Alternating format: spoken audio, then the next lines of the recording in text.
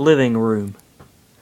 The teen never thought that it was going to be possible to have two extremely unlikely guests in his humble abode. I thought he said it was a semi-luxurious house. Whatever. If things weren't crazy with Lucario, they were crazy with two disembodied hands floating around in mid-air.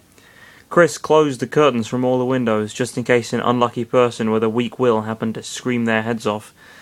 Then, Chris sat down on the sofa while Lucario remained standing up at his side, as both hands were in front of them. Master Hand was admiring how lustrous the living room looked like. On the far left corner there was a chimney facing some couches and a table, which was standing in front of a big flat-screen TV. On the upper right-hand corner there was a dining room that on the upper right corner there was a dining room that faced the kitchen counter further up. Along the walls, several photos and other decorative furniture adorned the light grey walls. "Oh, good," Master Hand said as his brother sat down on his wrist on the opposite couch that faced the duo. "I'm happy to know we got the one with the nice-looking house." Thanks," Chris said.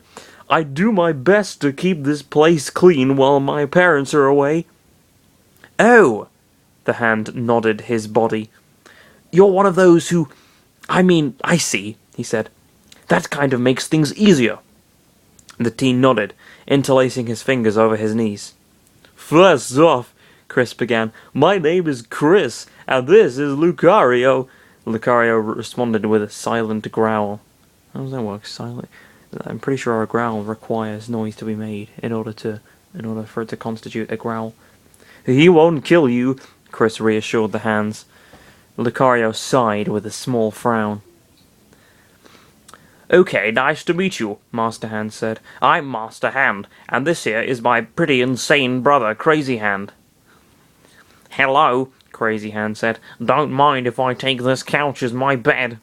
Chris grimaced a bit, but he knew things weren't going to stay like this any longer. He saw that both hands stared at him, if it was easy to tell that apart.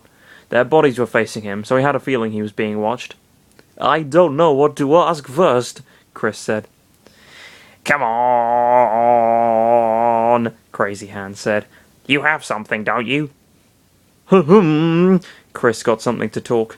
"I got something. Before you came here, there was this weird event when purple auras came out from my console, and then they entered my video game collection." He raised an eyebrow.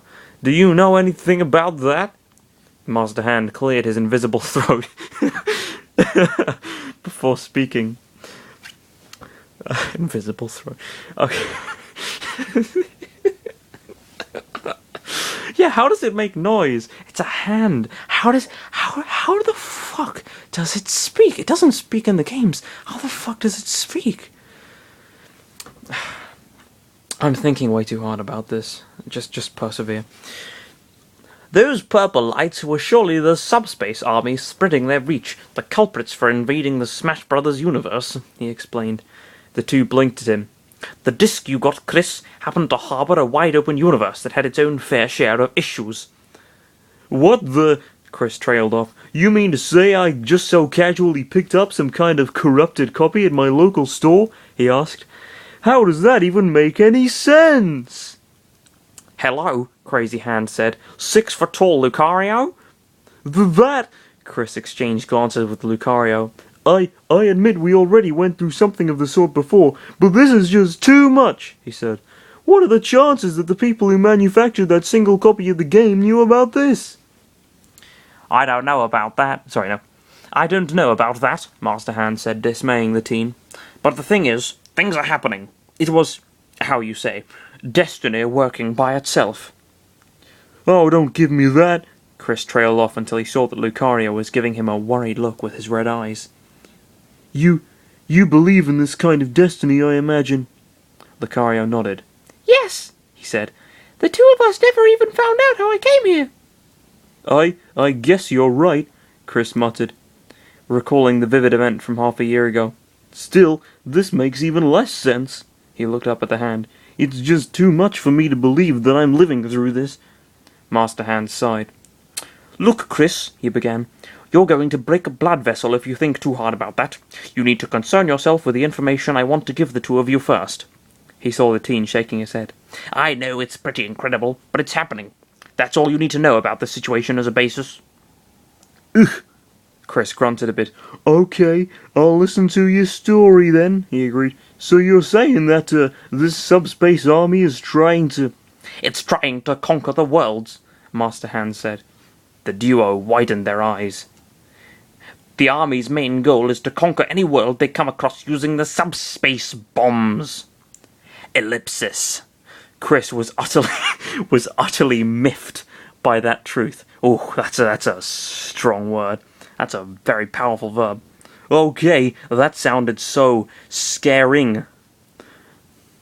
But how did you two manage to get here? Lucario asked suddenly. For that matter, since Chris and I already spoil ourselves of the plot of the game, where are the others? Master Hand chuckled nervously. You see, there was this big fight against Taboo, the leader of the Subspace army, he said. This fight was supposed to be the one that would end with his defeat, yet it never happened. He looked up at the ceiling. Taboo was weakened due to some outside help, but he managed to fight back just fine, which ended up with us losing the battle. Chris looked away and thought.